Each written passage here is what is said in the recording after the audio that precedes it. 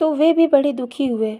उस समय द्रौपदी ने अर्जुन से कहा, हे आर्य, मैंने यह सौगंध आपके बल पर खाई है, अतः आप जो उचित समझे वह करें।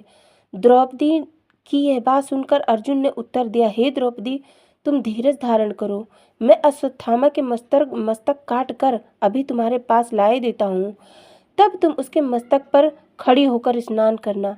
इस तरह द्रौपदी को धीरज बंधाकर अर्जुन ने अपना गांडीव धनुष उठा लिया और श्री कृष्ण चंद्र जी से प्रार्थना की कि हे श्याम सुंदर, मेरे रथ को शीघ्र ही अश्वत्थामा के पास पहुंचा दीजिए।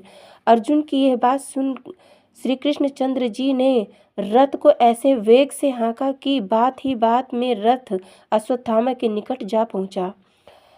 उस समय अर्जुन और भगवान श्री कृष्ण चंद्र जी को आते देखकर अश्वत्थामा ने अपने प्राणों की रक्षा करने के लिए ब्रह्मा जी के दिए हुए ब्रह्मास्त्र को अपने धनुष पर चढ़ा अर्जुन की तरफ छोड़ दिया।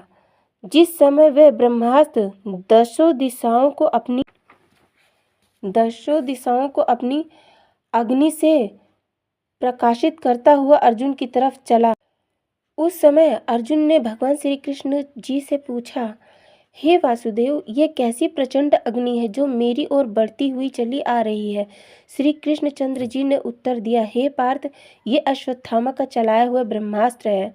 इस समय तुम भी अपने ब्रह्मास्त्र को छोड़ दो, जिससे दोनों ब्रह्मास्त्र आपस में टकरा जाएं और यह अग्नि तुम्हारे पास तक ना आ पाए। अश्वत्थामा अपने छोड़े हुए अस्त्र को वापस लौटाना नहीं जानता है और तुम ब्रह्मास्त्र को चलाकर पुनः उसे लौटाने का मंत्र भी जानते हो।